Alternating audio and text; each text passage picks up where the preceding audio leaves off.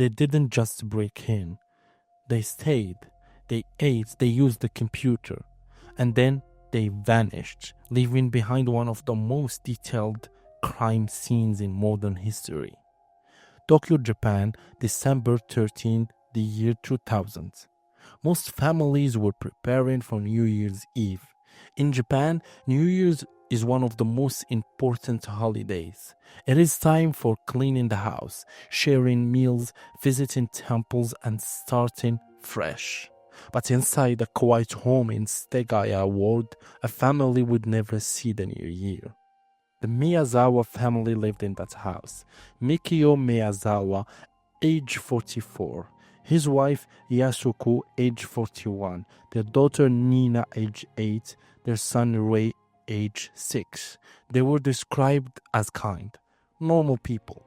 Mikio worked in marketing. Yasuko focused on raising the children. The home set near Setagaya Park, in a residential neighborhood that had become quieter after nearby land was cleared for development. That night, sometime before midnight, someone entered their home. Investigators believe the person came from the park behind the house. There was a fence separating the park from the property. Police found signs that the intruder likely climbed over the fence and entered through a second-floor bathroom window after removing the screen. Inside the house, the attack began. Police later determined that Mikio was likely confronted first, possibly on the first floor. Evidence showed signs of struggle. After that, the attacker moved upstairs, where Yasuko and the 2 children were. All 4 family members were killed during the night. And now we reach the part of the story that makes this case so chilling. The killer did not run. The killer stayed inside the house for several hours after the murders. This is not theory. It is based on evidence. Police found that the family computer has been used after the time of the killing. Internet logs showed activity during the early morning hours. The killer accessed websites and used the computer in a calm and deliberate way. In the kitchen, food had been eaten. Ice cream and barley tea were consumed. Used dishes were left behind. The person did not rush. There were no signs of panic.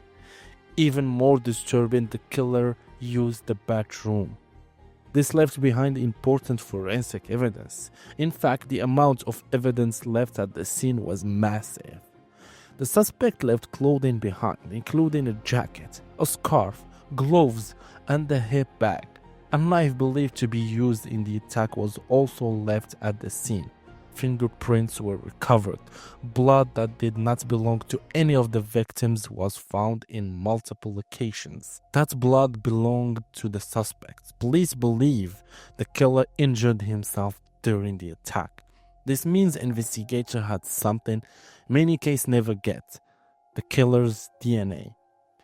Testing showed that the suspect was male. Later analysis suggested that he likely had mixed ancestry.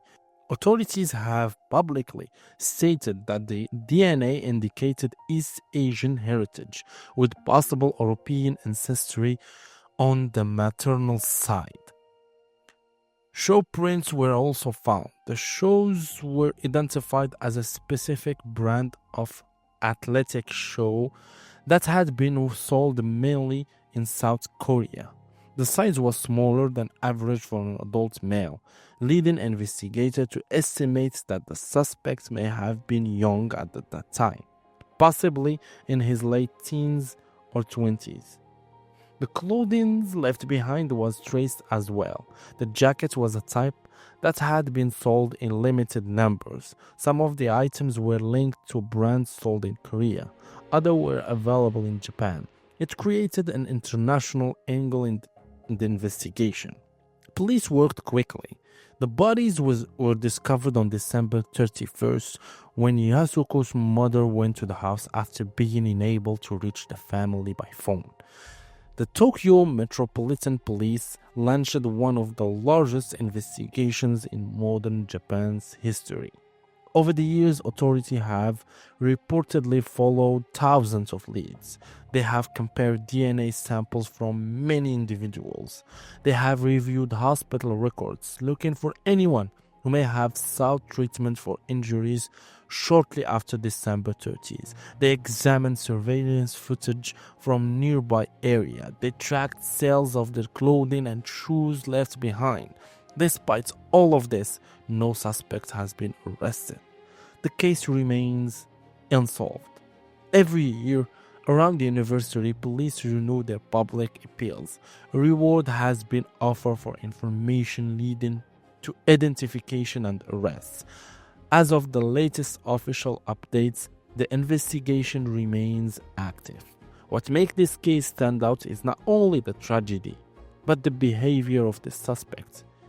Staying in the house for hours after committing such a crime is extremely unusual.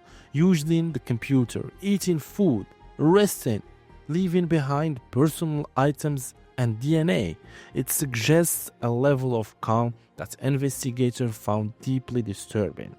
Some experts have suggested that the killer may have been familiar with the area. Others believe he may have acted alone. Police have not publicly confirmed the clear motive. There is no confirmed connection between the suspect and the family, no proven robbery motive, no confirmed personal relationship. And that is what makes it so haunting. 4 lives lost, a crime scene filled with evidence, DNA, fingerprints, clothing, shoe prints, digital logs, and still no name. The Miyazawa family's house was eventually demolished, but the memory of what happened there remains strong in Japan and around the world. The Setagaya family murders are often described as one of the most detailed unsolved cases in modern history. It feels close to being solved because so much evidence exists, but close is not the same as justice. More than 2 decades later, the questions remain. Who climbed that fence from the park? Why stay inside the house for hours? Where did the suspect go after leaving that morning? And how can a case with so much physical evidence still have no arrests? Until those questions are unanswered, this case remains one of the most chilling mysteries of the modern era.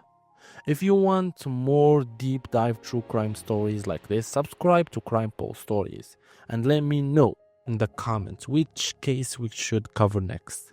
Thank you.